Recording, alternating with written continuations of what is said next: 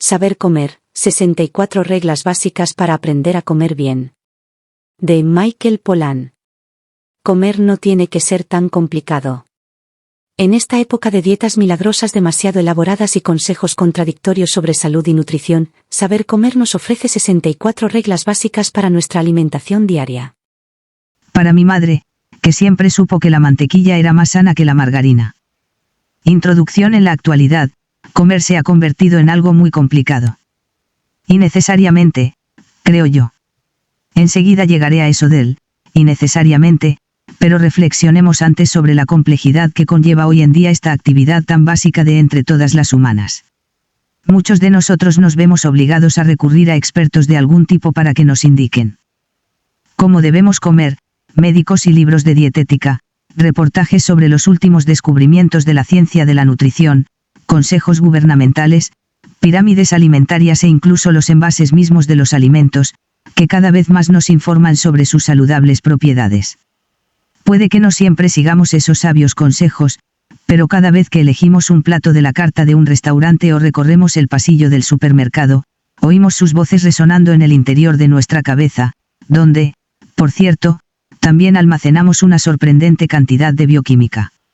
¿No resulta curioso que todos conozcamos, al menos de oídas, palabras como antioxidante, grasas saturadas, ácidos grasos omega 3, hidratos de carbono, polifenoles, ácido fólico, gluten y probióticos? Hemos llegado a un punto en que ya no es la comida lo que vemos, sino que nos fijamos únicamente en los nutrientes, buenos y malos, que contiene, y desde luego también en las calorías. Todas esas cualidades invisibles que conforman nuestra comida son las que, según dicen, si se entienden correctamente guardan el secreto del comer bien. Sin embargo, a pesar de todos los datos científicos y pseudocientíficos sobre la alimentación que hemos estado digiriendo durante los últimos años, todavía seguimos sin saber qué es lo que hay que comer. Deberían preocuparnos más las grasas que los hidratos de carbono. Pero, si es así, ¿qué hay de las grasas buenas? Y los carbohidratos malos, como el jarabe de maíz rico en fructosa. ¿Hasta qué punto tiene que inquietarnos el gluten? ¿Qué hay de cierto en todo eso de los edulcorantes artificiales? ¿De verdad hay cereales de desayuno que conseguirán que mi hijo rinda más en el colegio, mientras que otros me protegerán a mí contra los ataques cardíacos? ¿Desde cuándo comerse un bol de cereales se considera un tratamiento terapéutico? Hace unos años, viendo que me sentía tan confuso como el que más, decidí llegar al fondo de una cuestión muy simple: ¿qué hay que comer? ¿Qué sabemos a ciencia cierta de la relación entre la dieta y la salud? No soy experto en nutrición y tampoco científico, sino tan solo un periodista curioso con la esperanza de responder a una pregunta sencilla, por mi bien y por el de mi familia. Cuando me embarco en este tipo de investigaciones, muchas veces no tardo en darme cuenta de que las cosas son mucho más complejas y relativas, con muchos más matices, de lo que había pensado en un principio. Esta vez no.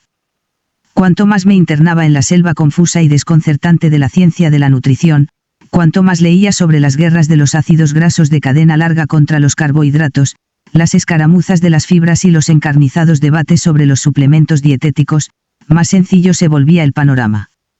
Me di cuenta de que, en realidad, la ciencia sabe mucho menos sobre alimentación de lo que cabría esperar.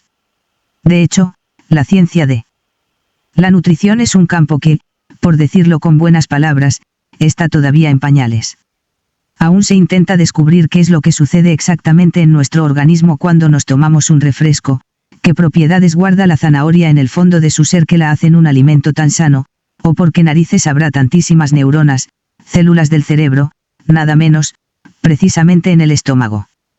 Se trata de un tema fascinante, y es una rama de la ciencia que algún día proporcionará respuestas definitivas a todas esas preguntas que tanto nos preocupan sobre nuestra alimentación, pero, tal como los nutricionistas mismos admiten por el momento, todavía no las tienen.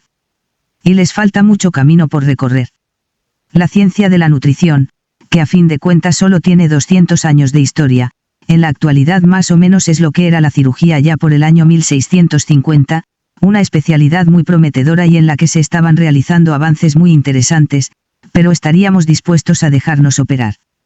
Creo que yo esperaría unos cuantos años más. Con todo, además de haber aprendido una barbaridad sobre lo que desconocemos de la nutrición, también he aprendido unas cuantas cosas muy importantes que sí sabemos con certeza sobre los alimentos y la salud, y eso es precisamente a lo que me refería cuando decía que el panorama se volvía más sencillo cuanto más me internaba en él. Existen básicamente dos cosas importantes que debemos saber sobre la relación entre la dieta y la salud, dos hechos nada controvertidos. Todas las partes contendientes en las guerras de la nutrición están de acuerdo en estos dos puntos, y, lo que resulta aún más importante para nuestros propósitos, se trata de dos hechos lo bastante sólidos como para que podamos elaborar una dieta sensata basándonos únicamente en ellos. Aquí los tenemos. Hecho N-1, las poblaciones que se alimentan con lo que podría denominarse una dieta occidental, que normalmente se define como una dieta consistente en muchísimos alimentos procesados y muchísima carne, muchísimos azúcares y grasas añadidos, muchísimos cereales refinados, muchísimo de absolutamente todo menos verdura, fruta y cereales integrales, presentan siempre altos índices de lo que podríamos denominar enfermedades occidentales. Obesidad, diabetes tipo 2, enfermedades cardiovasculares y cáncer. Casi toda la obesidad y la diabetes tipo 2, el 80% de las enfermedades cardiovasculares y más de una tercera parte de todos los cánceres pueden relacionarse con esta dieta. En Estados Unidos, 4 de las 10 principales causas de mortalidad son enfermedades crónicas vinculadas a ella. La ciencia de la nutrición no admite discusión acerca de ese vínculo, la preocupación de los expertos es más bien la de identificar, de entre todos los nutrientes de la dieta occidental, cuál es el culpable, el que podría ser responsable de todas esas enfermedades crónicas. Son las grasas saturadas o los carbohidratos refinados. Quizá la falta de fibra, las grasas trans, los ácidos grasos omega 6. ¿Qué? Lo mismo da. El caso es que, aunque no seamos científicos, ya sabemos todo lo que necesitamos saber para ponerle remedio. El problema, por los motivos que sea, es ese tipo de dieta en concreto. Hecho N-2, las poblaciones que se alimentan con una dieta tradicional, de las que existe una gama extraordinariamente variada, no suelen padecer tanto estas enfermedades crónicas. Esas dietas van desde las que tienen un alto contenido en lípidos, los inuits, en Groenlandia, subsisten en gran medida gracias a la grasa de foca, hasta las dietas basadas en hidratos de carbono. Los indígenas de América Central se alimentan sobre todo de maíz y frijoles, o las que tienen un alto contenido proteico. Los masáis, en África, viven principalmente de la sangre, la carne y la leche de su ganado, por citar solo 3 ejemplos muy extremos. Sin embargo, lo mismo sucede con muchas otras dietas tradicionales mixtas. Esto apunta a que no existe una única dieta humana ideal, sino que el omnívoro humano tiene una capacidad exquisita para adaptarse a una amplia gama de alimentos diferentes y a una variedad de dietas distintas. Bueno, menos a una, la dieta occidental, relativamente nueva, desde el punto de vista evolutivo, y que constituye la forma en que nos alimentamos la gran mayoría en la actualidad. No es un logro fuera de lo común para una civilización. Hemos creado la única dieta que consigue enfermar a la gente, aunque en general es cierto que vivimos más años que antes, o más años que los que viven las personas en algunas culturas tradicionales. La mayoría de esos años que hemos ganado se deben al descenso de la mortalidad infantil y la mejora de la salud en la infancia, no a nuestra dieta. En realidad hay un tercer hecho, muy esperanzador que se desprende de los dos anteriores. Quienes han conseguido apartarse de la dieta occidental han experimentado una mejora espectacular en su salud. Disponemos de estudios fiables que parecen indicar que los efectos de la dieta occidental pueden revertirse, y con relativa rapidez. Además, se realizó un experimento en el que una población típica estadounidense modificó, aunque muy modestamente, su dieta y estilo de vida occidental y logró reducir en un 80% sus probabilidades de padecer enfermedades coronarias, en un 90% las de padecer diabetes tipo 2 y en un 70% las de sufrir cáncer de colon. Aún así, por extraño que parezca, estos 2, o 3, hechos fehacientes no suelen tenerse en cuenta en las investigaciones sobre nutrición, ni siquiera en las campañas de salud pública que se ocupan de la dieta. En lugar de eso, los investigadores intentan descubrir cuál es ese nutriente maligno de la dieta occidental, el culpable de todos los males, para que los productores del sector alimentario puedan retocar sus productos sin que tengamos que variar ni un ápice nuestros hábitos alimentarios, o para que las farmacéuticas puedan desarrollar un antídoto y vendérnoslo. ¿Por qué? Bueno, pues porque hay mucho dinero invertido en ese modelo dietético. Cuanto más se procesa cualquier alimento, más rentable resulta. La industria farmacéutica gana más dinero tratando enfermedades crónicas, fuente de 3/4 partes de los más de $2 billones que los estadounidenses se gastan todos los años en productos farmacéuticos, que con su prevención. Así que seguimos sin darnos por aludidos y, en lugar de eso, nos obsesionamos con los nutrientes buenos y los nutrientes malos, cuyas identidades parecen variar con cada nuevo estudio que se publica. Sin embargo, para la industria de la alimentación esta incertidumbre no es necesariamente un problema, porque el desconcierto también resulta un buen negocio. Así, los expertos en nutrición se vuelven indispensables, los productores de alimentos pueden reinventar sus productos, junto con sus supuestas propiedades beneficiosas para la salud. Para adaptarse a los últimos descubrimientos, y los que nos ganamos la vida comentando estos temas en los medios de comunicación tenemos una fuente constante de datos nuevos sobre alimentación y salud con los que escribir nuestros artículos. Todo el mundo se irá ganando.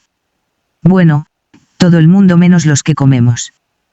Como periodista, aprecio mucho el valor del desconcierto generalizado. Nuestro negocio consiste en explicar, y si las respuestas a las preguntas que investigamos resultaran demasiado simples, nos quedaríamos sin trabajo. Lo cierto es que yo mismo viví un momento más que inquietante cuando, después de un par de años investigando sobre nutrición para mi último libro, El detective en el supermercado, me di cuenta de que la respuesta a esa pregunta que se suponía tan increíblemente complicada, ¿qué hay que comer?, no era ni muchísimo menos tan difícil. De hecho, se podría condensar en tan solo 7 palabras. Come comida. Con moderación. Sobre todo vegetales. Eso era lo fundamental. Descubrirlo me resultó muy gratificante. Había dado con un lecho de roca firme en el fondo del pantano de la ciencia de la nutrición. 7 palabras sencillas que se entendían sin necesidad de licenciarse en bioquímica. Sin embargo, al mismo tiempo también me llevé un buen susto, porque mi editor esperaba varios miles de palabras más. Por suerte para ambos, me di cuenta de que la historia de cómo una cuestión tan simple como que hay que comer se ha convertido en algo tan complicado era algo que merecía la pena explicar, y esa fue la idea principal de aquel libro. La idea principal de este es muy diferente. No se ocupa tanto de teorías, historia y ciencia como de la vida cotidiana y de nuestros hábitos. En este breve libro, reducido al mínimo, desarrollo esas 7 palabras en una serie de reglas o consejos accesibles, pensados para ayudarnos a comer comida de verdad y con moderación y, gracias a eso, dejar de lado la dieta occidental en la medida de lo posible. Las reglas están escritas en un lenguaje muy de andar por casa. He evitado la jerga de la nutrición o la bioquímica, aunque en la mayoría de los casos siempre hay un estudio científico que respalda lo que digo.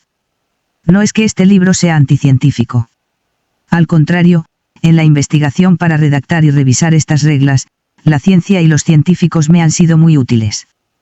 Pero soy escéptico respecto a mucho de lo que hoy en día se hace pasar por ciencia de la nutrición, y estoy convencido de que en el mundo existen otras fuentes de sabiduría y otros lenguajes con los que hablar de manera inteligente sobre la alimentación. Los seres humanos habían comido bien y se habían mantenido sanos durante milenios antes de que llegara la ciencia de la nutrición para decirnos cómo comer. Alimentarse de una forma saludable sin tener ni idea de lo que es un antioxidante es perfectamente posible. Así pues, en quienes confiábamos antes de que los científicos, y a su vez los gobiernos, los organismos de salud pública y los productores de alimentos, nos dijeran que debemos comer.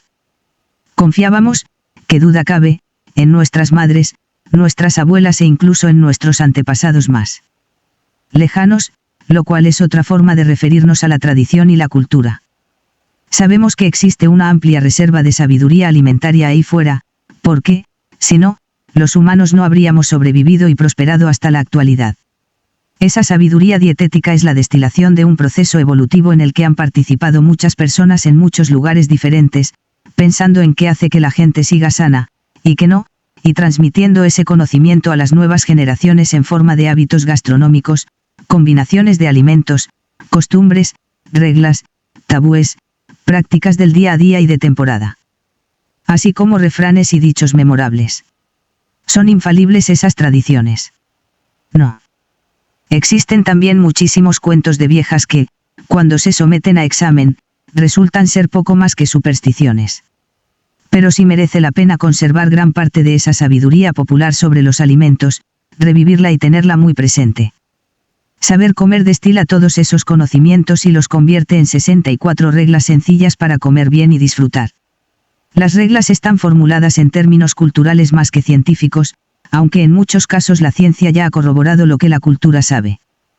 Desde hace tiempo, no es extraño que estos dos lenguajes o estas dos formas de saber tan diferentes lleguen a menudo a una misma conclusión, como, por ejemplo, cuando hace poco los científicos confirmaron que la práctica tradicional de comer tomate con aceite de oliva es muy saludable, ya que así le resulta más fácil de asimilar al organismo. También he intentado no hablar demasiado de nutrientes, no porque no sean importantes, sino porque esa fijación absoluta con los nutrientes hace que no prestemos atención a otros aspectos de la comida que son más relevantes. Los alimentos son más que la suma de los nutrientes que contienen y, además, todavía nos falta mucho para llegar a entender la forma en que estos se combinan. Puede que el grado de procesamiento al que sea sometido un alimento nos dé una pista más importante sobre si es beneficioso o no para la salud. El hecho de procesarlo no solo puede eliminar nutrientes y añadir productos químicos tóxicos, sino que también hace que el alimento se asimile con mucha más facilidad, lo cual puede ser problemático para el metabolismo de la insulina y las grasas. Es más, los plásticos que suelen utilizarse para empaquetar los alimentos procesados pueden presentar un riesgo añadido para la salud. Por eso muchas de las reglas de este libro están pensadas para ayudar a evitar los alimentos demasiado procesados, que yo prefiero llamar sustancias comestibles con aspecto alimenticio. La mayoría de estas reglas las he escrito yo mismo, pero muchas de ellas no tienen un único autor. Son perlas de la cultura gastronómica, a veces antiquísimas, que merecen nuestra atención porque pueden ayudarnos mucho.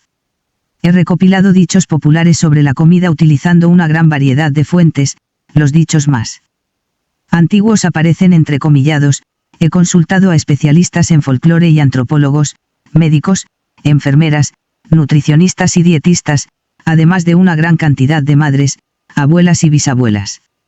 He pedido incluso a mis lectores que me hagan llegar sus propias reglas sobre alimentación, y también al público de las conferencias y los discursos que he pronunciado en 3 continentes. He facilitado una dirección electrónica para que la gente pueda mandarme correos con consejos que hayan oído a sus padres u otras personas y que personalmente les hayan resultado útiles. Una sola de esas peticiones, publicada en el blog, Well, del New York Times, obtuvo 2.500 respuestas.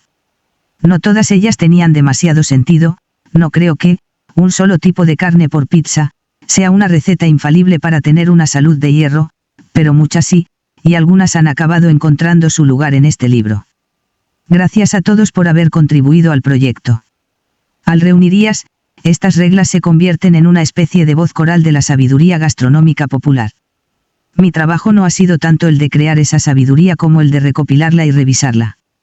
Estoy convencido de que esa voz tiene tanto que enseñarnos como las voces de la ciencia, la industria y el gobierno, o incluso más.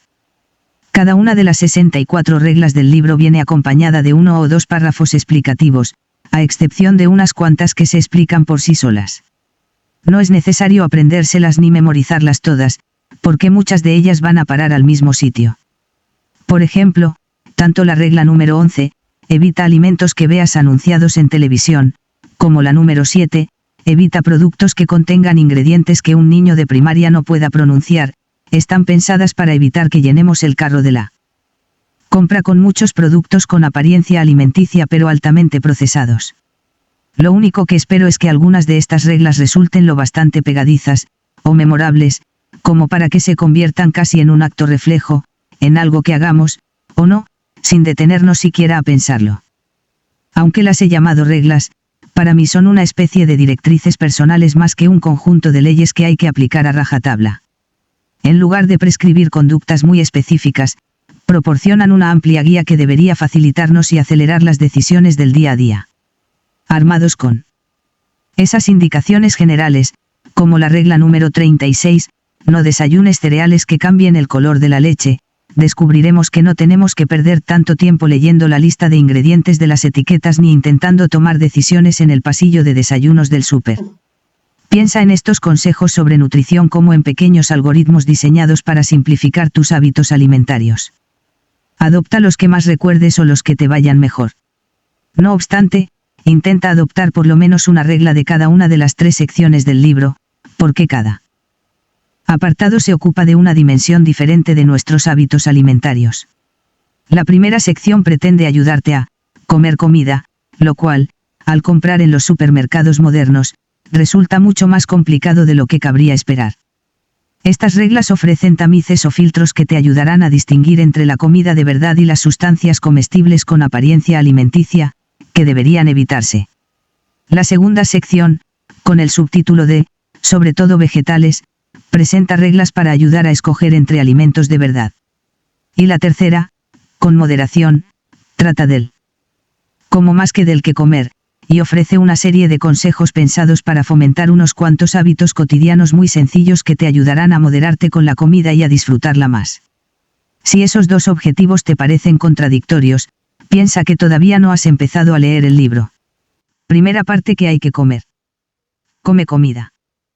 Las reglas de esta sección te ayudarán a diferenciar entre los alimentos de verdad, plantas, animales y hongos que se consumen desde hace generaciones, y los productos altamente procesados de la moderna ciencia de la alimentación, que cada vez dominan más las tiendas y las dietas occidentales. Cada regla propone un filtro distinto para distinguir unos de otros, pero todas ellas comparten un objetivo común, que es el de ayudarte a proteger tu carro de la compra de los productos poco sanos. Come comida en la actualidad. Esto es algo más fácil de decir que de hacer, sobre todo porque cada año aparecen 17,000 nuevos productos en los supermercados, todos ellos compitiendo por tu presupuesto para comprar comida. Pero la mayoría de estos productos no merecen que se les llame alimento, yo los llamo sustancias comestibles con aspecto alimenticio. Se trata de mejunjes muy procesados que han sido diseñados por los científicos de la industria de la alimentación, y consisten básicamente en derivados del maíz y la soja que ninguna persona normal tendría en la despensa. Además, contienen aditivos químicos que el cuerpo humano conoce desde hace muy poco tiempo. Hoy en día, la prueba más dura que debe superar quien quiere comer bien consiste en seleccionar comida de verdad y evitar esas novedades industriales. No comas nada que no le pareciera comida a tu bisabuela. Imagínate que tu bisabuela, o tu abuela, según los años que tengas, va caminando contigo mientras recorres los pasillos del supermercado. Te detienes con ella delante de la nevera de postres. Coge un tubo de gelatina para llevar, y no tiene ni la menor idea de qué es lo que contiene ese envoltorio de plástico con tantos colores y una especie de gel de sabores dentro. ¿Es comida o es pasta de dientes? En la actualidad, los supermercados ponen a la venta miles de productos comestibles que nuestros antepasados jamás hubieran reconocido como alimentos. Los motivos para evitar estos productos tan procesados son muchos, y van más allá de los diversos aditivos químicos y de los derivados del maíz y la soja que contienen, además de los plásticos en los que suelen venir empaquetados, muchos de los cuales probablemente sean tóxicos. Hoy en día, los alimentos se procesan pensando específicamente en aprovechar nuestras debilidades evolutivas para que compremos y comamos más, nuestra preferencia innata por el dulce, las grasas y la sal. Son sabores que cuesta encontrar en la naturaleza, pero que se fabrican fácilmente y por poco dinero. Así que los científicos de la industria de la alimentación los pueden utilizar y conseguir así, con su procesamiento, que consumamos estas rarezas en una cantidad mucho mayor de lo que sería bueno para nuestro organismo. La regla de la bisabuela te ayudará a evitar que muchos de estos productos acaben en tu carro de la compra. Nota: si tu bisabuela cocinaba fatal o comía muy mal, puedes cambiarla por la abuela de algún amigo. Las abuelas mediterráneas son las que dan mejor resultado. Las siguientes reglas perfeccionan esta estrategia y te ayudan a moverte por el terreno pantanoso de las etiquetas de ingredientes. Evita productos que contengan ingredientes que nadie tendría en la despensa. Diglicéridos etoxilados. Celulosa. Goma xantana. Propionato de calcio. Sulfato de amonio. Si tú no los utilizarías para cocinar, ¿por qué vas a dejar que otros usen esos ingredientes cuando cocinan para ti? La amplia gama de productos químicos creados por los científicos de la alimentación está diseñada para alargar la vida de los alimentos en los estantes del supermercado, hacer que la comida de hace días parezca fresca y más apetecible de lo que es en realidad, y conseguir que comas más. Suponga no cualesquiera de estos aditivos un peligro para la salud, hace muy poco que los humanos consumimos muchos de ellos, así que lo mejor es evitarlos. Jarabe de maíz rico en fructosa. No es que el jarabe de maíz rico en fructosa, JMRF, sea más perjudicial para el organismo que el azúcar, pero, igual que muchos de los otros ingredientes poco conocidos de los alimentos envasados, sí que es un indicio fiable de que un alimento ha sido sometido a un grado de procesamiento más bien alto. Además, el jarabe de maíz rico en fructosa se añade a cientos de alimentos que tradicionalmente no se edulcoraban, panes, condimentos y muchos tentempiés, así que si evitas productos que lo contengan, también reducirás la ingestión de azúcares.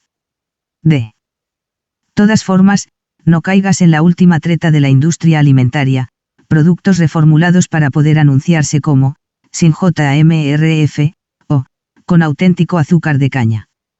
Esas afirmaciones dan a entender que son alimentos más saludables, cuando no es verdad. El azúcar siempre es azúcar. Evita alimentos que citen cualquier clase de azúcares, o edulcorantes. Entre sus 3 primeros ingredientes. En las etiquetas, los ingredientes aparecen ordenados por peso, y cualquier producto que tenga mucha más cantidad de azúcar que de otras sustancias, contiene demasiado azúcar. Como excepción a esta regla, véase la número 60, sobre alimentos para ocasiones especiales. Para complicar aún más las cosas, resulta que, gracias a la ciencia de la alimentación, ahora disponemos de unos 40 tipos de azúcares que se utilizan para la fabricación de alimentos procesados, entre ellos el jarabe de malta de cebada, el azúcar de remolacha, el jarabe de arroz integral, el jugo de caña, el edulcorante de maíz, la destrina, la destrosa, los fructooligosacáridos, los concentrados de zumo de frutas, la glucosa, la sacarosa, el azúcar invertido, la polidestrosa, el azúcar turbinado, etc., etc. Repito, el azúcar siempre es azúcar. Y el azúcar orgánico también lo es. En cuanto a los edulcorantes bajos en calorías, como el aspartamo o la sucralosa, las investigaciones, tanto con humanos como con animales, parecen indicar que pasarse a los edulcorantes artificiales no conduce a una pérdida de peso, aunque todavía se desconocen las causas. Sin embargo, es posible que, al engañar al cerebro dándole algo dulce, en realidad lo estemos estimulando y lo que provoquemos sea una mayor necesidad de azúcares. Evita productos que contengan más de 5 ingredientes. El número específico que elijas es arbitrario, pero cuantos más ingredientes tiene un alimento envasado, más probable es que haya sido sometido a un alto grado de procesamiento. Nota N-1, una receta con una lista de ingredientes muy larga no es lo mismo, eso está bien. Nota N-2, ahora hay productos que alardean, aunque de manera engañosa, de tener una lista de ingredientes muy breve. Häagen-Dazs anuncia que sus productos están hechos con una base de 3 ingredientes naturales. Genial. Pero sigue siendo helado. Lo mismo vale para las patatas fritas que se anuncian como caseras, o de churrería, está muy bien, pero siguen siendo patatas fritas. En esos casos, hay que aplicar la regla número 60, sobre caprichos y alimentos para ocasiones especiales.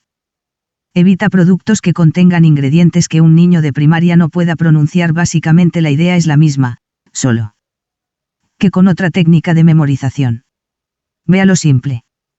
Afirmen ser saludables puede parecer contradictorio, pero piensa una cosa, para que un producto afirme en su envase que es saludable, primero debe tener un envase, así que es más probable que sea un alimento procesado que uno natural. Además, solo los grandes productores disponen de medios para conseguir que las autoridades sanitarias les aprueben esos lemas con los que venden sus productos. Por lo general, son los productos de la moderna ciencia de la alimentación los que se anuncian con ese tipo de afirmaciones, que suelen estar fundadas en datos incompletos y en investigaciones deficientes.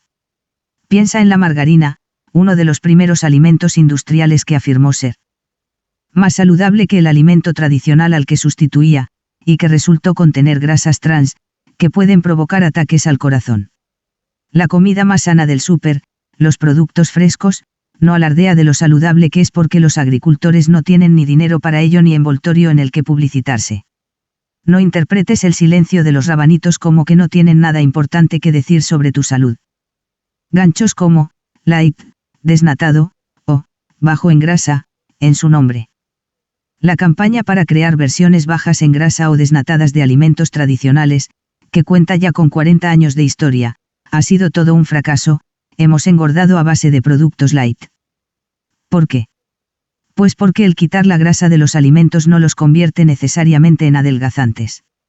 Los hidratos de carbono también pueden engordar, y muchos alimentos bajos en grasa o desnatados incrementan su contenido de azúcares para compensar la pérdida de sabor. Además, al demonizar un solo nutriente, la grasa, inevitablemente estamos dando vía libre a otro nutriente supuestamente, bueno, en este caso los hidratos de carbono, y procedemos a ingerir demasiada cantidad de este último. Desde que en los años 70 nació en Estados Unidos la campaña de los productos bajos en grasa, en realidad sus habitantes han estado ingiriendo más de 500 calorías adicionales cada día, la mayoría de ellas en forma de carbohidratos refinados como el azúcar.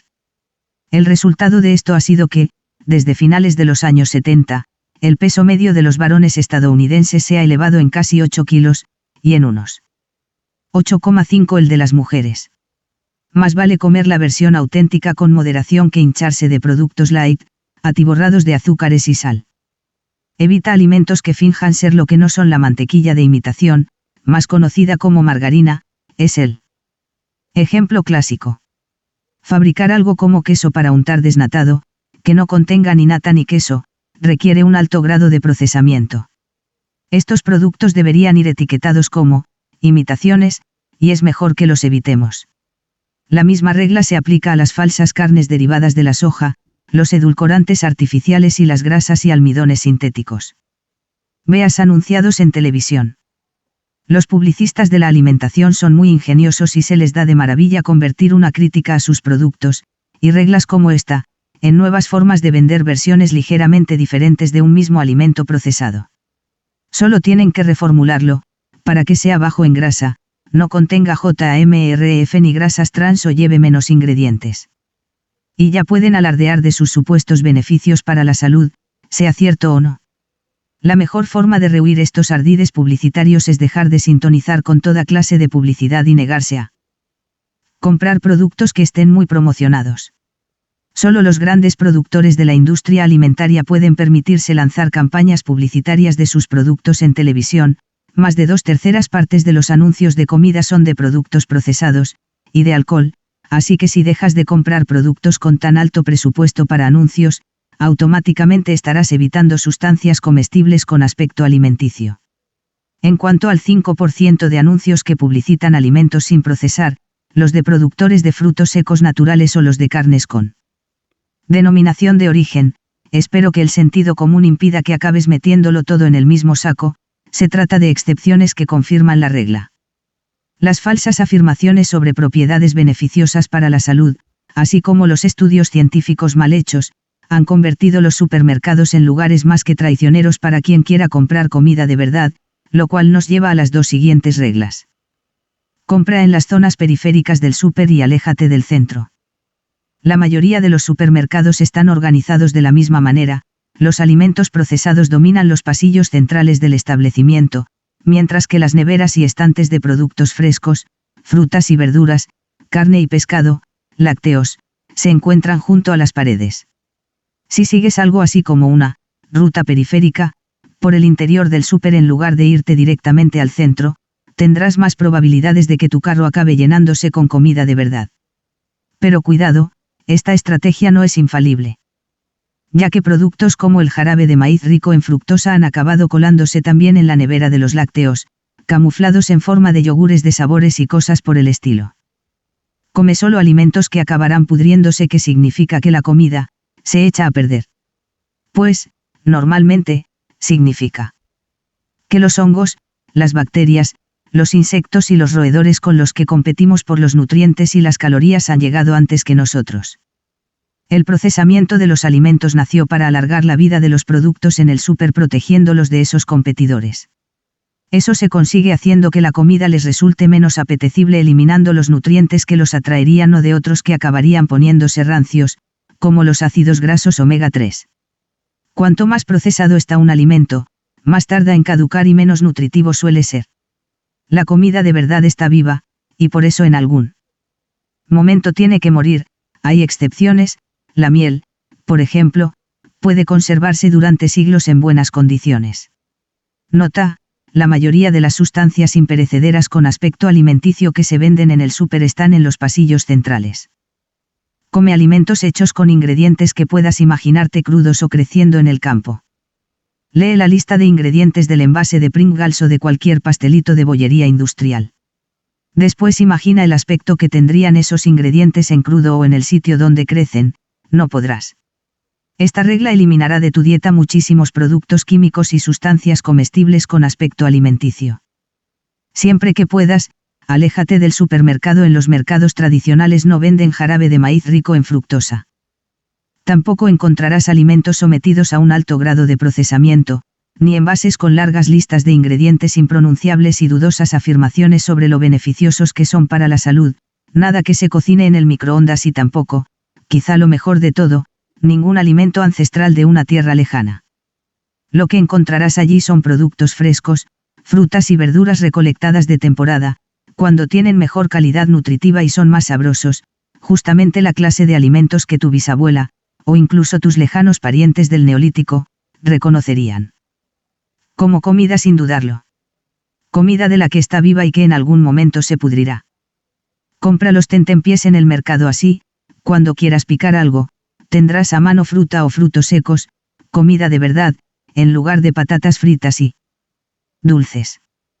Come únicamente alimentos cocinados por seres humanos. Ya que vas a dejar que cocinen por ti, irás más sobre seguro si quienes lo hacen son otros humanos, y no grandes corporaciones. Por lo general, las grandes corporaciones de la alimentación cocinan con demasiada sal, grasas y azúcares, además de conservantes, colorantes y otras innovaciones biológicas. También aspiran a que sus productos sean inmortales. Nota: aunque es cierto que los chefs profesionales suelen ser seres humanos, también ellos suelen cocinar utilizando enormes cantidades de sal, grasas y azúcares, así que las comidas de restaurante deberían considerarse ocasiones especiales. A continuación encontrarás unas cuantas variantes útiles de la regla de los alimentos cocinados por seres humanos. No ingieras nada que haya sido cocinado en lugares donde todo el mundo tiene que llevar mascarilla quirúrgica.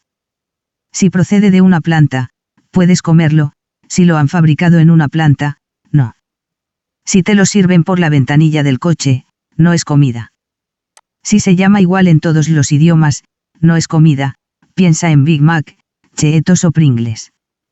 Segunda parte: ¿qué tipo de comida hay que comer? Sobre todo vegetales. Si sigues las reglas que te he ofrecido hasta ahora, casi siempre comerás alimentos de verdad sin procesar.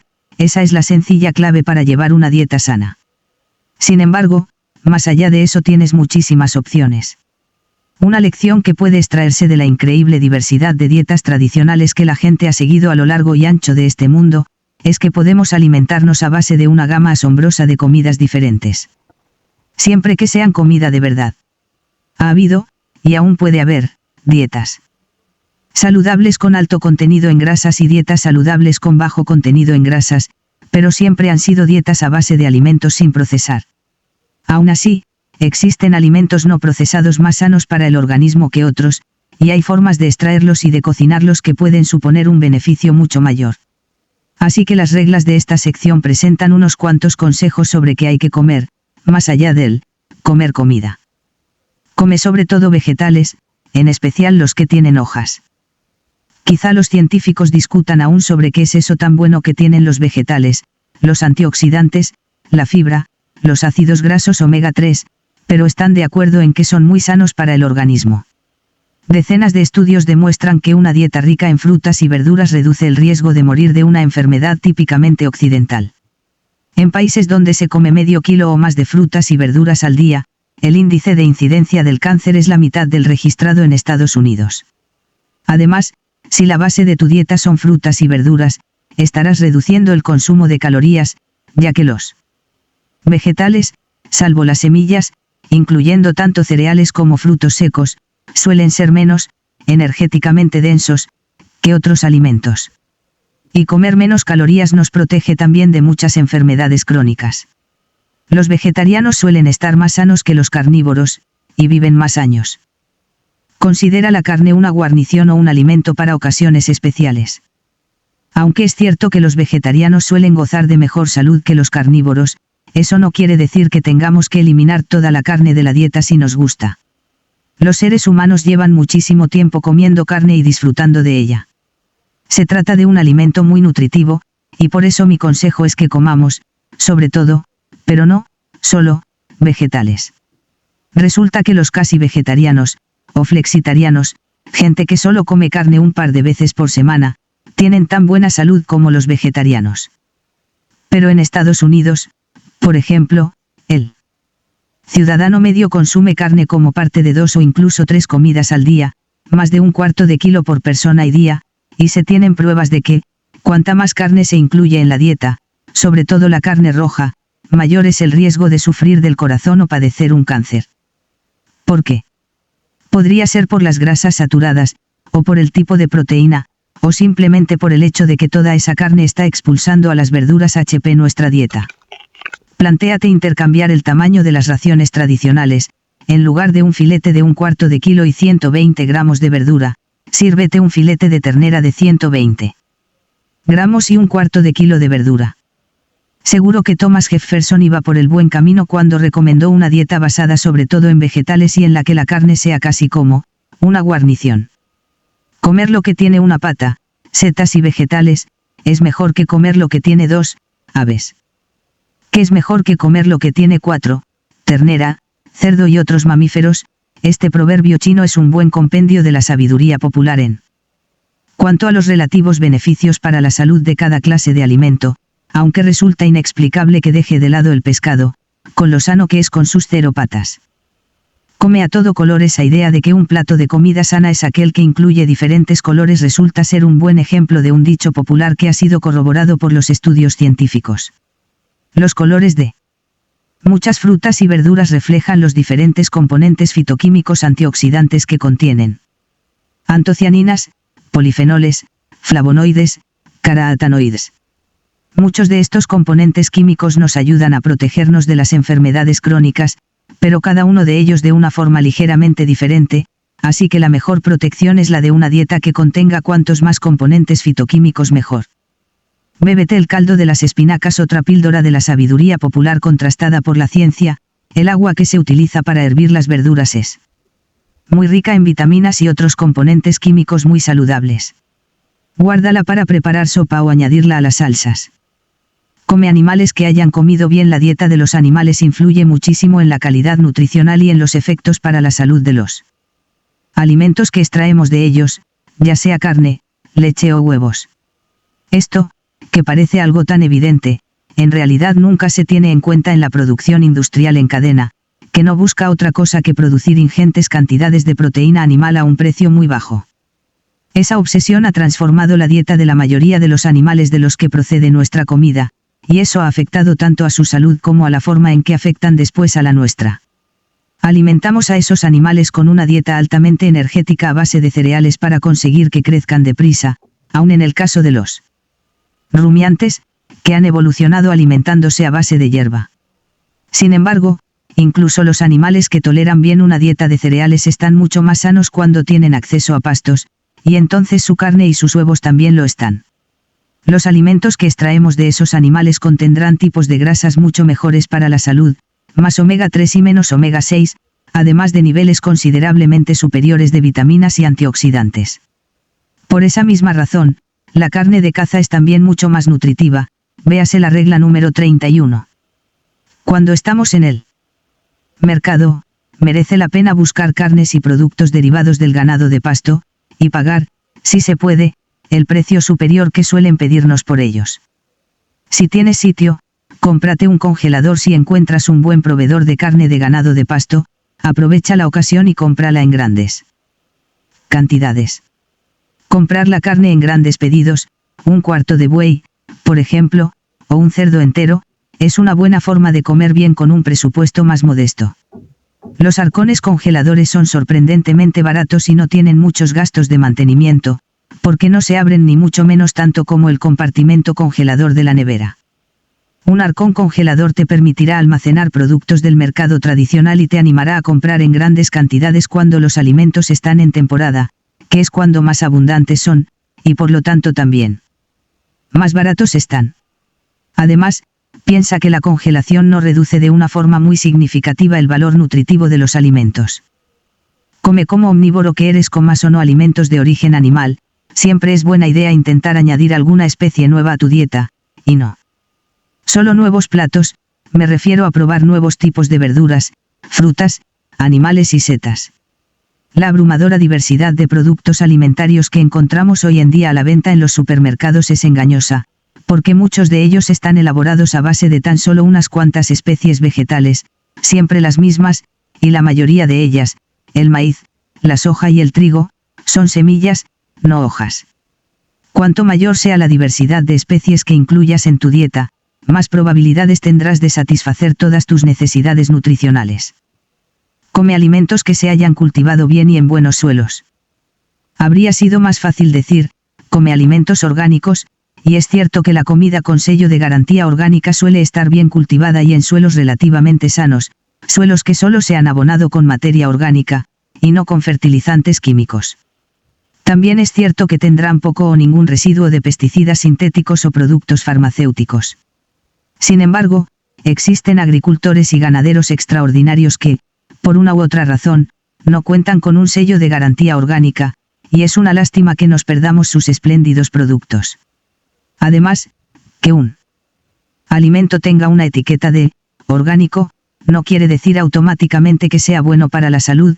Los refrescos orgánicos siguen siendo refrescos, o sea, una enorme cantidad de calorías completamente vacías.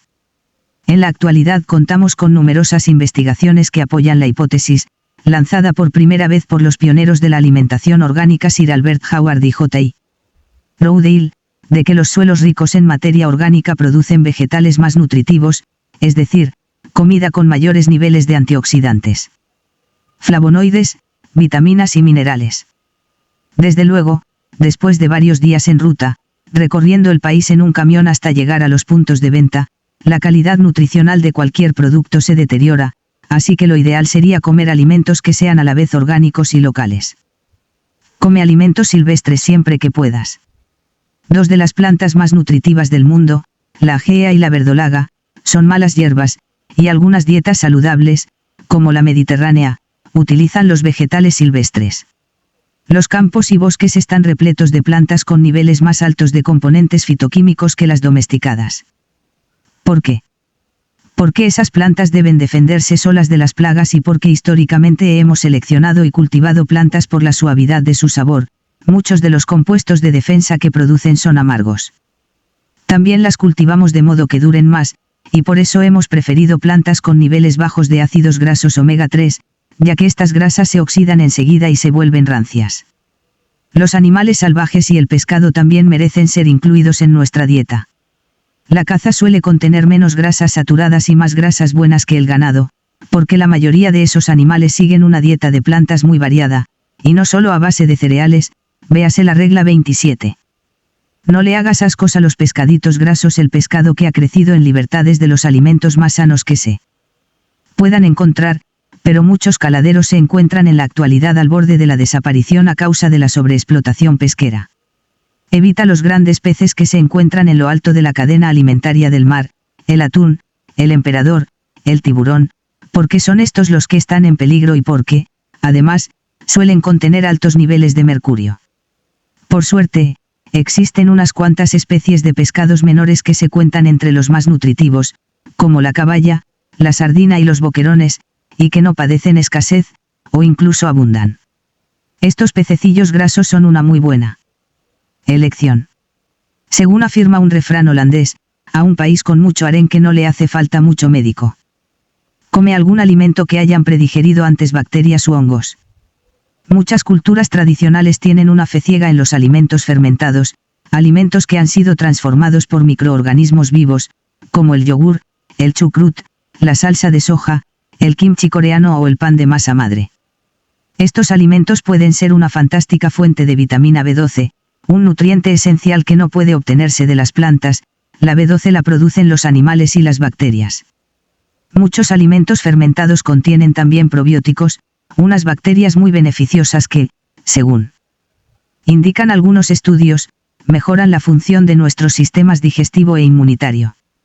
Incluso existen investigaciones que apuntan a que ayudan a reducir las reacciones alérgicas y la inflamación. Endulza y sala tú mismo lo que vayas a comer, ya sea una sopa, unos cereales o un refresco, las comidas y las bebidas preparadas en fábricas contienen niveles de sales y azúcares muy superiores a los que cualquier persona utilizaría jamás. Incluso un niño. Si endulzas y salas tú mismo lo que vayas a comer, lo dejarás a tu gusto, y verás que consumes tan solo una pequeñísima parte del azúcar y la sal que tomabas antes. Come los dulces que nos da la naturaleza. En la naturaleza, los azúcares casi siempre vienen empaquetados con fibra, lo cual ralentiza su absorción y te proporciona sensación de saciedad antes de haber ingerido demasiadas calorías. Por eso siempre es mejor comer fruta que beberte solo su zumo. En general, cuando las calorías se toman en forma líquida engordan más, porque no nos hacen sentir llenos. Los humanos son de los poquísimos mamíferos que siguen obteniendo calorías de líquidos una vez que han dejado de mamar. Así que no te bebas los dulces y recuerda, los refrescos sanos no existen. No desayunes cereales que cambien el color de la leche. Esto no habría ni que decirlo. Esa clase de cereales son alimentos muy procesados y están llenos de carbohidratos refinados, además de aditivos químicos. Quienes comen más blanco el pan, antes con la tumba dan. Este proverbio de abuela tan rotundo ha viajado por varias culturas, a mí me ha llegado tanto por vía de abuelas judías como de italianas, y nos hace pensar que la sabiduría popular conoce desde hace muchísimos años los riesgos que conlleva la harina blanca para la salud. En lo tocante al organismo, la harina blanca no es muy diferente del azúcar. A menos que le añadamos algún suplemento, no ofrece ninguno de los componentes buenos de los cereales integrales, fibra, vitaminas B, grasas buenas, y es poco más que un chute de glucosa. Un festín de glucosa es una bomba incendiaria que causa estragos en el metabolismo de la insulina. Es mejor comer cereales integrales y reducir el consumo de harinas blancas. Las últimas investigaciones indican que las abuelas que seguían esta regla tenían razón, la gente que come muchos cereales integrales suele estar más sana y vivir más años. Elige aceites y cereales que tradicionalmente se molían a la piedra. Cuando los molinos de piedra eran la única forma de refinar harinas y aceites, la harina y el aceite eran por lo general más nutritivos. En el caso de los cereales, cuando se muelen a la piedra conservan más cantidad de germen y fibras, moliendo a la piedra nunca conseguirás harina blanca. Los beneficios nutricionales de los cereales integrales son impresionantes: fibra, la gama completa de vitaminas B y aceites saludables, nutrientes todos ellos que se sacrifican cuando el cereal se refina en molinos modernos, como ya hemos dicho, las harinas muy refinadas apenas se diferencian del azúcar. También los aceites más nuevos, que se extraen mediante innovadores procedimientos químicos, suelen presentar perfiles de ácidos grasos menos favorables y contener más aditivos que los aceites de oliva, sésamo, palma y cacahuete que siguen obteniéndose de la misma forma que tradicionalmente. Hínchate de comida basura si quieres, siempre que la hayas cocinado tú. Comer dulces, fritos, bollería o incluso tomarse un refresco de vez en cuando no tiene nada de malo, pero los fabricantes de alimentos procesados han convertido estos caprichos, que antes eran tan caros y difíciles de preparar, en algo tan barato y tan accesible que no hacemos más que hincharnos a ellos todos los días. Las patatas fritas no se convirtieron en la verdura más popular de Estados Unidos hasta que la industria se hizo cargo de las pesadas faenas de lavar, pelar, cortar y freír las patatas, y de limpiar el fregado después. Si cocinaras en casa todas las patatas fritas que consumes, seguro que las comerías en muchas menos ocasiones, aunque solo fuera por el trabajo que conlleva prepararlas. Lo mismo sucede con el pollo frito, las patatas paja, los pasteles, las tartas y los helados. Disfruta de todos esos caprichos tantas veces como estés dispuesto a prepararlos en casa. Y es muy probable que no sea todos los días. Sé de esos que toman suplementos. Y luego se los saltan. Sabemos que la gente que toma suplementos dietéticos suele gozar de mejor salud, y también sabemos que la mayoría de esos suplementos no parecen tener ningún efecto cuando han sido sometidos a estudios. ¿Cómo puede ser? La gente que toma suplementos está sana por motivos que no tienen nada que ver con las pastillas. Suelen ser más conscientes de todo lo referente a su salud y suelen tener más estudios y más medios económicos.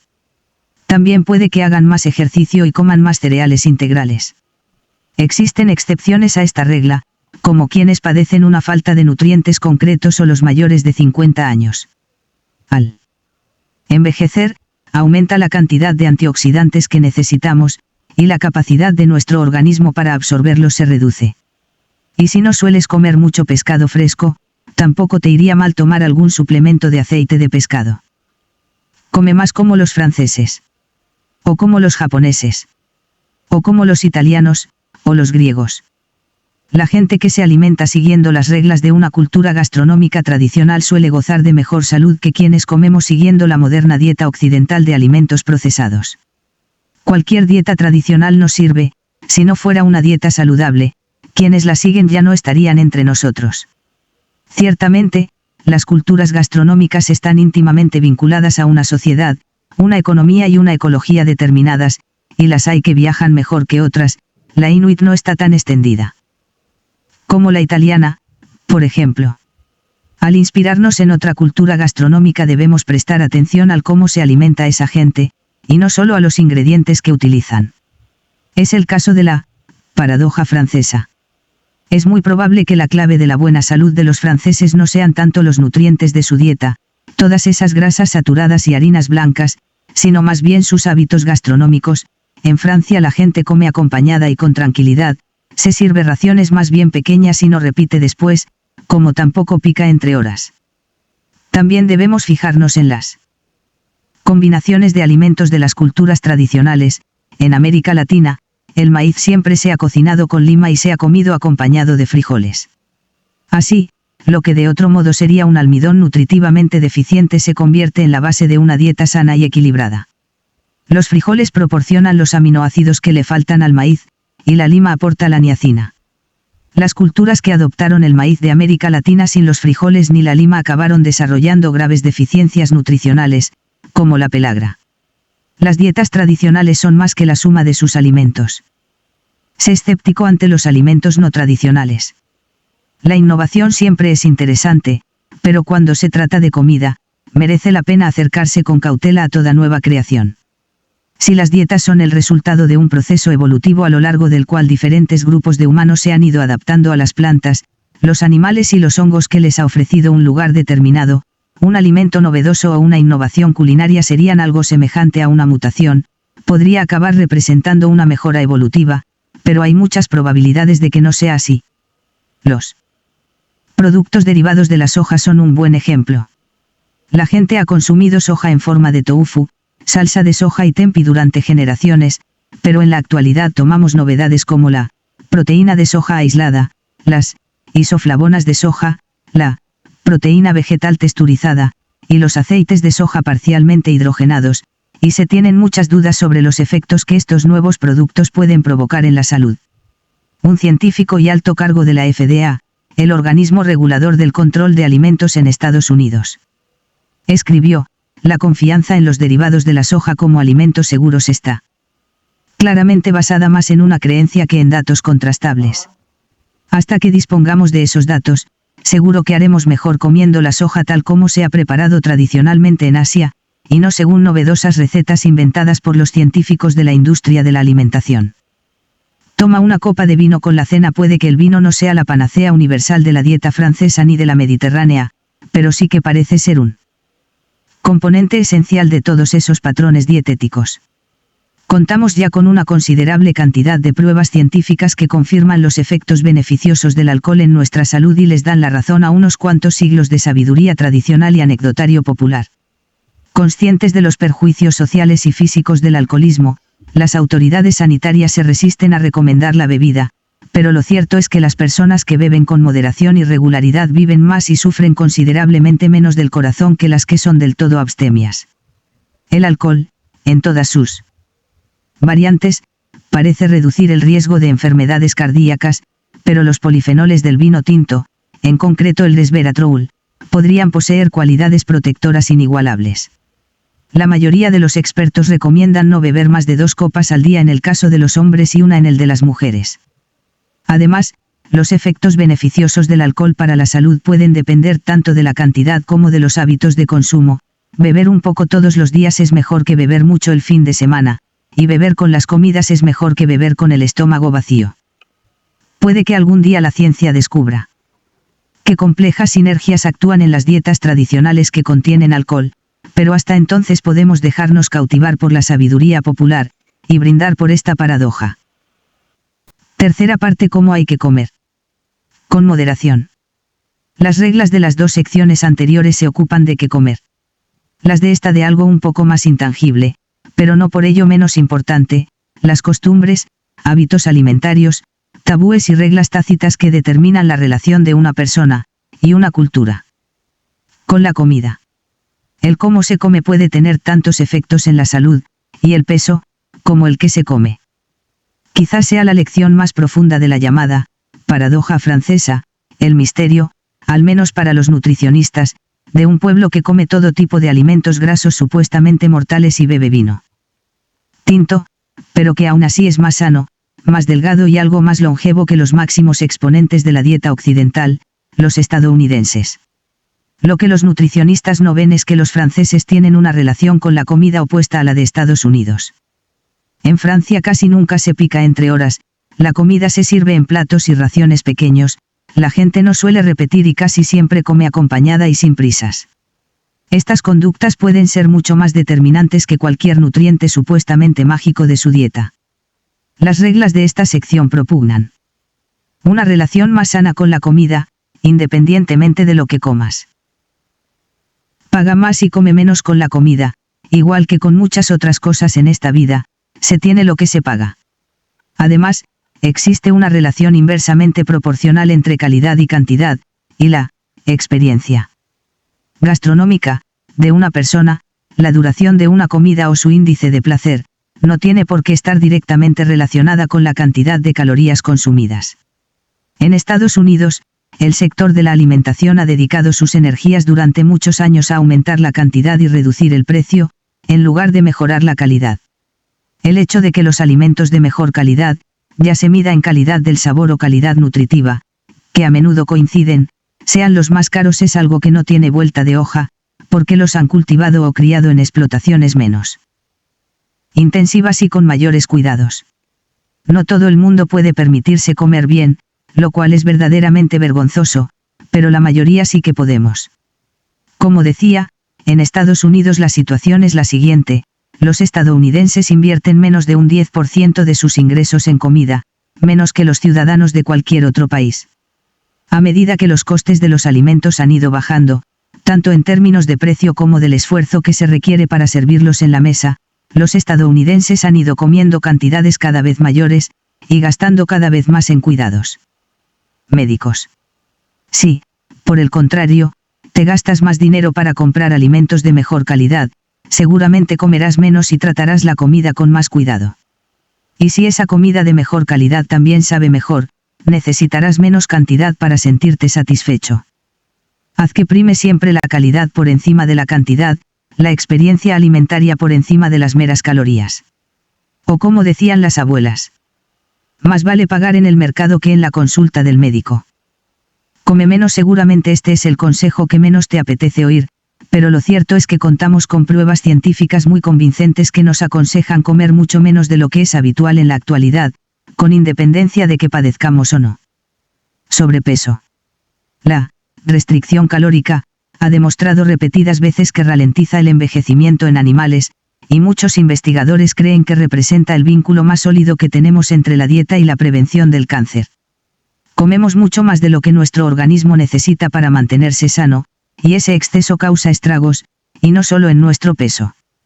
Sin embargo, no somos los primeros humanos de la historia que lidiamos con los peculiares retos que nos plantea la abundancia de comida, y en culturas precedentes ya se habían diseñado diferentes fórmulas para promoverla. Idea de la moderación. Las reglas que siguen a continuación ofrecen unas cuantas estrategias probadas.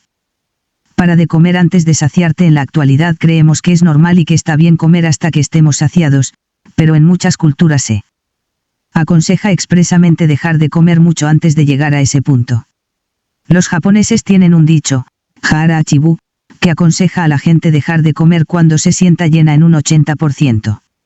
La tradición ayurvédica de la India propone comer hasta que nos sintamos un 75% saciados, los chinos especifican que un 70%, y el profeta Mahoma describió un estómago lleno como el que contiene una tercera parte de alimentos, una tercera parte de líquidos y una tercera parte de aire, es decir, nada.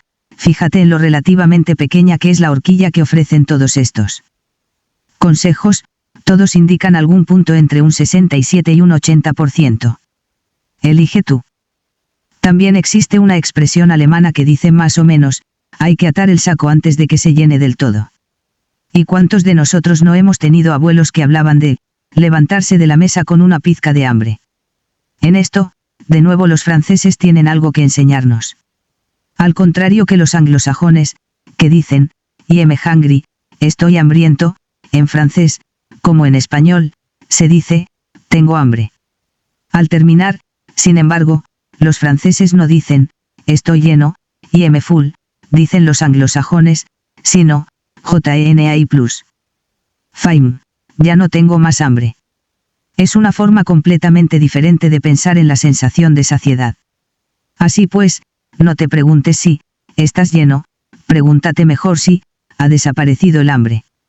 Ese momento llegará muchos bocados antes. Come cuando tengas hambre, no cuando estés aburrido. Es sorprendente lo poco que tiene que ver comer con tener hambre para muchos de nosotros. Comemos por aburrimiento, para entretenernos, para reconfortarnos o para recompensarnos por algo. Intenta tomar conciencia de por qué comes y pregúntate si de verdad tienes hambre, tanto antes de comer como mientras estás en ello. Un truco. Si no tienes hambre como para comerte una manzana, es que no estás hambriento. La comida es un antidepresivo que sale muy caro. Hazle caso a tu estómago. La mayoría de nosotros dejamos que muchos estímulos externos, normalmente visuales, determinen cuánto comemos. Cuanto mayor es la ración, por ejemplo, más comemos, cuanto mayor es el recipiente, más nos servimos. Igual que en tantísimas otras áreas de la vida moderna, la cultura de la comida se ha convertido en una cultura visual. Sin embargo, cuando se trata de comida, merece la pena cultivar también los demás sentidos, que a menudo nos proporcionan información más útil y precisa. Pueden pasar hasta 20 minutos antes de que el cerebro se entere de que tenemos el estómago lleno. Eso quiere decir que, si tardas menos de 20 minutos en acabarte la comida, la sensación de satisfacción llegará demasiado tarde y ya no te servirá de nada. Frena un poco y presta atención a lo que tu cuerpo, y no solo el sentido de la vista, tenga que decirte. Eso es lo que querían decir tus abuelos cada vez que soltaban, este niño come por los ojos. Come despacio y no solo para que sepas cuándo tienes que parar. Cómelo bastante despacio para saborear los alimentos, te hará falta menos cantidad para sentirte saciado. Si lo que buscas en la comida es una experiencia gastronómica en lugar de una mera cuestión de calorías necesarias, cuanto más lentamente comas, más intensa será la experiencia que obtengas. Existe un proverbio indio que versa sobre todo esto y que dice así: bebe la comida, mastica la bebida. Dicho de otra forma, cómelo bastante despacio y masticando todo lo que haga falta para licuar la comida, y pasea la bebida por la boca para conseguir paladearla a conciencia antes de tragarla. Esta recomendación parece quizá un poco clínica, pero intenta seguirla por lo menos hasta el punto de apreciar por completo lo que tienes en la boca. Otra estrategia, inmortalizada en una norma de etiqueta casi olvidada, es esta: deja el tenedor en la mesa entre bocado y bocado. El banquete está en el primer bocado. Cumplir este dicho al pie de la letra te ayudará a disfrutar de la comida y a comer más despacio. Ningún otro bocado es tan delicioso como el primero, y el grado de satisfacción irá disminuyendo progresivamente con cada bocado posterior. Los economistas denominan a este fenómeno la ley de la utilidad marginal decreciente, y es un buen argumento en favor de saborear bien los primeros bocados y dejar de comer antes de lo que solemos, y es que, cuanto más prosigas, más calorías ingerirás, pero no necesariamente obtendrás más placer. Pasa tanto tiempo disfrutando de la comida como el que ha tardado en prepararse. Este es un sistema de cálculo bastante bueno, que además rinde homenaje al cocinero por el cariño que ha puesto en la preparación de la comida y, al mismo tiempo, te ayuda a comer más despacio y a saborear más. Compra platos y vasos más pequeños cuanto mayor es la ración, más comemos, hasta un 30% más. Los departamentos de marketing del sector de la alimentación lo saben, así que sobredimensionan las raciones con la idea de conseguir vendernos mayores cantidades. Pero en casa no tenemos ninguna necesidad de sobredimensionar las raciones que nos preparamos, y no deberíamos hacerlo. Un investigador descubrió que solo con reducir el tamaño del plato, por ejemplo de 30 a 25 centímetros de diámetro, la gente reducía también en un 22% las raciones que consumía. Sírvete una ración adecuada y no repitas al servirte una segunda vez, pierdes todo control sobre la cantidad que has comido. Así que pensemos en cuánto es una ración adecuada. La sabiduría popular nos ofrece variopintas y sensatas reglas para calcular a ojo. Existe un dicho que nos aconseja no comer nunca una ración de proteína animal mayor que nuestro puño. Otro nos dice que no hay que ingerir más alimentos en una sola comida de lo que cabría en el cuenco formado por las dos manos juntas. De todas formas, si piensas romper esta regla y repetir, espera por lo menos algunos minutos antes de servirte otra vez, puede que descubras que ya no te apetece hacerlo o, si lo haces, no tanto como habías pensado. Desayuna como un rey, come como un príncipe y cena como un mendigo. Darse una comilona por la noche parece poco saludable, aunque la ciencia no tiene pruebas concluyentes al respecto. Hay investigaciones que sugieren que comer poco antes de ir a la cama eleva los niveles de triglicéridos de la sangre, un marcador de enfermedades cardiovasculares que también está relacionado con el aumento de peso. Además, cuanta más actividad física lleves a cabo tras una comida, más energía quemarán tus músculos antes de que se almacene en forma de grasa. Aún así, hay investigadores que creen que una caloría es una caloría, no importa qué hora la hayas consumido. De todas maneras, aunque esto sea cierto, cargar más las comidas de la primera mitad del día seguramente comportará reducir el total de calorías diarias, ya que por la mañana solemos tener menos hambre. Otro dicho popular relacionado con esto: después de almorzar, échate una siesta, después de cenar, ve a dar una vuelta.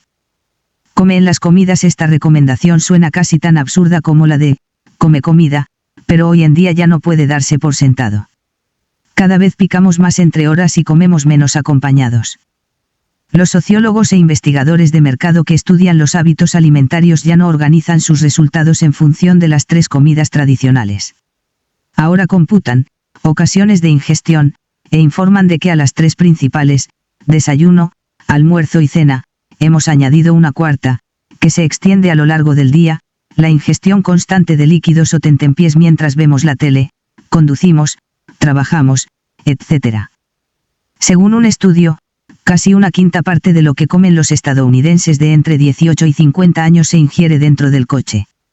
En teoría, tiene sentido tomar 5 o 6 comidas más frugales a lo largo del día, pero en la práctica la gente que come así acaba ingiriendo más cantidad y picando más tentempiés procesados.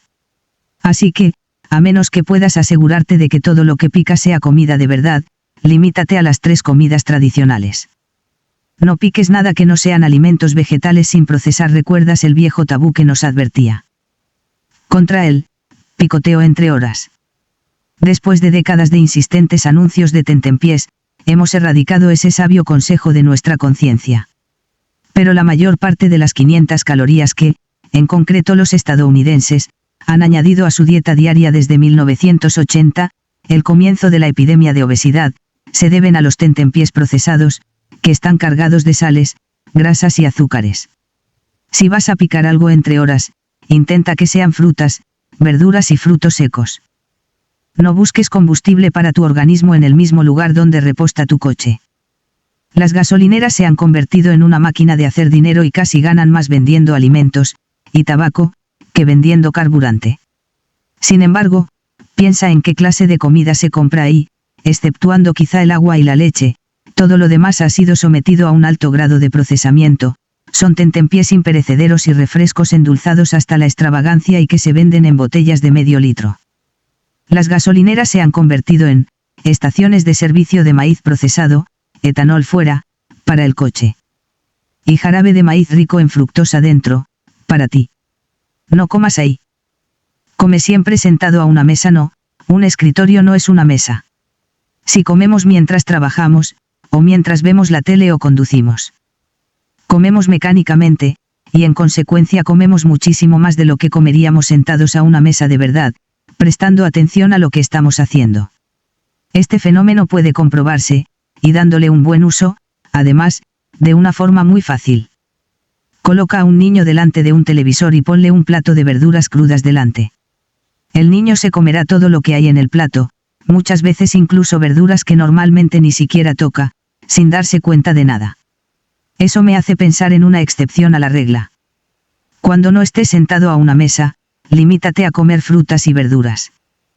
Intenta no comer solo en la actualidad, cada vez comemos más en solitario. Aunque algunas investigaciones parecen indicar que la gente que come poco consigue aumentar sus raciones al comer con otras personas.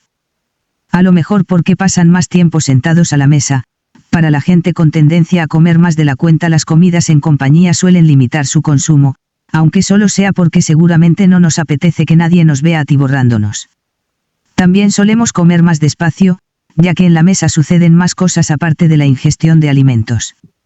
Precisamente por eso hay tantos anuncios de comida pensados para animarnos a comer delante de la tele. Cuando comemos solos, comemos más. Pero regular el apetito es solo parte de la historia. Una comida en compañía convierte el proceso biológico de comer para alimentar nuestro organismo en un ritual familiar o comunitario. Los caprichos son, no tiene nada de malo comer algo especial de vez en cuando, siempre que no sea todos los días. He aquí otro caso en que hemos salido perdiendo por dejar la preparación de nuestras comidas en manos de grandes corporaciones. Alimentos que antes eran muy caros o cuya preparación requería mucho tiempo, desde el pollo frito a las patatas fritas o la bollería y los helados, ahora están a nuestra plena disposición. Freír pollo es tan pesado que la gente no solía prepararlo si no esperaba invitados y tenía mucho tiempo para cocinar. La cantidad de trabajo requerido mantenía a raya la frecuencia con que nos deleitábamos con estos caprichos.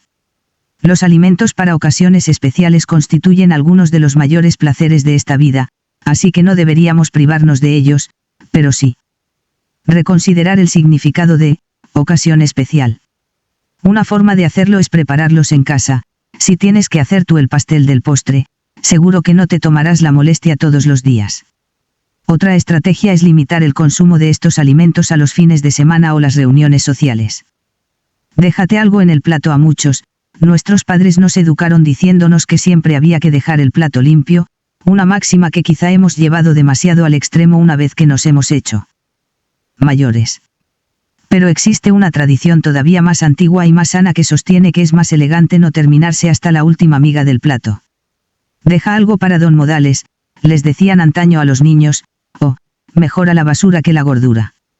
Intenta no rebañar el plato hasta dejarlo reluciente, así comerás menos a corto plazo, y a la larga conseguirás aumentar tu autocontrol.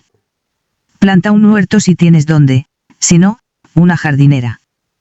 ¿Qué tendrá que ver cultivar tus propios alimentos con tu relación con la comida y el comer? Pues todo. Implicarte en los intrincados e infinitamente interesantes procesos de conseguir tu propio sustento es la forma más segura de escapar de la cultura de la comida rápida y los valores que ésta lleva implícitos, que hay que comer rápido, barato y fácil, que la comida es un producto de la industria, no de la naturaleza, que la comida es combustible, y no una forma de comunión con los demás, y también con otras especies, con la naturaleza. En un plano más práctico, si tienes huerto podrás comer lo que crezca en él, que serán los productos más frescos y nutritivos que tendrás a tu alcance. También harás ejercicio al cuidar de los cultivos, y saldrás al exterior, lejos de la influencia de las pantallas, ahorrarás dinero. Según la Asociación Estadounidense de Horticultura, una inversión de $70 en un huerto de verduras produce una cantidad de alimentos valorada en $600, y más probabilidades tendrás de seguir la siguiente regla, que es de una importancia capital. Cocina. El hecho de que cocines tú mismo o dejes que otros hagan el trabajo por ti no debería afectar demasiado a tu salud, en teoría. Sin embargo, a menos que puedas permitirte contratar a un chef particular para que te prepare las comidas. Siguiendo tus instrucciones al pie de la letra, dejar que otros cocinen por ti implica una pérdida de control sobre lo que comes, tanto en cuestión de raciones como de ingredientes. Cocinar tú mismo es la única forma segura de recuperar el control sobre tu dieta y arrebatárselo a los fabricantes de alimentos procesados y los científicos de la industria de la alimentación, además de garantizar que comes comida de verdad y no sustancias comestibles con aspecto alimenticio, repletas de grasas perjudiciales, jarabe de maíz rico en fructosa y con un exceso de sal. A nadie debería extrañarle que el declive de la cocina casera esté directamente relacionado con el aumento de la obesidad, y existen estudios que parecen indicar que la gente que cocina en casa suele llevar una dieta más saludable. Sáltate las reglas alguna que otra vez. Obsesionarse con las reglas del saber comer no es bueno para la felicidad de nadie, y seguramente tampoco para tu salud. Nuestra experiencia durante las últimas décadas parece indicar que hacer régimen y preocuparse demasiado por la nutrición no nos ha hecho estar más sanos ni más delgados. Por el contrario, cultivar una actitud más relajada hacia la comida es mucho más importante. Siempre habrá ocasiones especiales en las que querrás tirar estas reglas por la borda, pero no todas ellas caerán en saco roto, sobre todo si conservas la número 60. Lo que importa no es ese día puntual de la ocasión especial, sino la práctica diaria. Los hábitos interiorizados que determinan cómo y qué comes en un día. Cualquiera.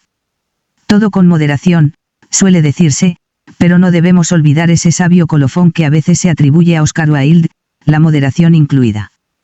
Agradecimientos. Quisiera dar las gracias a todas las personas que me han ayudado a escribir este libro. De muchas de ellas ni siquiera sé su nombre, y otras muchas ni siquiera saben que me han ayudado. Sin embargo, hay unas cuantas a las que sí me alegra infinitamente poder agradecerles su contribución. David Ludwig, médico, leyó el manuscrito y me hizo llegar muchas sugerencias. También detectó varios errores, aunque de ninguna forma es responsable de los que puedan haberse colado. Ha sido para mí un profesor inestimable en cuestiones de nutrición. Igual que Daphne Miller, médico también, que ha aportado varias reglas memorables extraídas de su práctica médica y su enorme trabajo de campo sobre dietas tradicionales de todo el mundo. También he aprendido muchísimo sobre dieta y salud gracias a mis conversaciones con Marion Nesal, Walter Willett y Joan Gusov, aunque estoy seguro de que todos ellos encontrarán en estas páginas cosas con las que no estarán de acuerdo. Le debo un agradecimiento especial a Tara Parker Pope, del New York Times, por dejarme solicitar reglas a través de su blog, y también a sus lectores, que con su abrumadora respuesta enriquecieron increíblemente este proyecto. Mi viejo amigo y colega Michael Schwartz leyó el manuscrito y lo mejoró con sus correcciones. Gracias, Michael, una vez más. Y gracias también a Amanda Urban y su fantástico equipo de ICM, y al maravilloso personal de Penguin, pero sobre todo a Ann Godoff, Lindsay Whelan, Hayley Watson y Rachel Bird. Por la alta calidad de sus investigaciones y sus correcciones, estoy en deuda con Malia Boyan. E Adrian David también contribuyó con estudios muy valiosos y comprobaciones de datos. Por último, mi agradecimiento de todo corazón para Judith e Isaac, los mejores compañeros de cena que nadie pueda desear. Vuestras ideas y palabras, y qué decir de vuestra cocina, siempre me alimentan, y sobre todo han alimentado este libro. Michael Pollan es periodista y escritor. Colaborador habitual en The New York Times Magazine, ha recibido numerosos premios periodísticos y sus artículos han sido incluidos en diferentes antologías como Best American Science Writing, 2004, o Best American Essays, 1990 y 2003. Además, imparte clases sobre periodismo científico y medioambiental en la Universidad de Berkeley. En su faceta como escritor ha tenido un gran éxito en Estados Unidos con sus libros de Omnivores Dilemma, A Natural History of Four Meals, que fue considerado uno de los 10 mejores libros publicados en 2006 por The New York Times y The Washington Post, The Botany of Desire, A Plant-Shaped View of the World, 2001, A Place of My Own, 1997, y Second Nature, 1991. Notas. Para más información sobre las investigaciones acerca de la dieta occidental y sus alternativas puede consultarse mi anterior libro, El detective en el supermercado, 2009. Gran parte de la base científica en la que se apoyan las reglas de este libro se encuentra allí. La dieta de este experimento en concreto se caracterizaba por una baja ingestión de grasas trans, una ratio elevada de grasas poliinsaturadas frente a saturadas, una alta ingestión de cereales integrales, 2 raciones de pescado a la semana, la dosis diaria recomendada de ácido fólico, y por lo menos 5 gramos de alcohol al día. Los cambios en el estilo de vida consistieron en dejar de fumar, mantener un índice de masa corporal, IMC, por debajo de 25 y 30 minutos diarios de ejercicio. Citando al escritor Walter Willett, es enorme el potencial de prevención de enfermedades que tienen unos modestos cambios en la dieta y el estilo de vida del todo compatibles con la vida del siglo XXI, The Pursuit of Optimal Diets, a Progress Report, Nutritional Genomies, Discovering the Path to Personalized Nutrition, editado por Jim Caput y Raymond L. Rodríguez, John Wiley y Sons, Nueva York, 2006.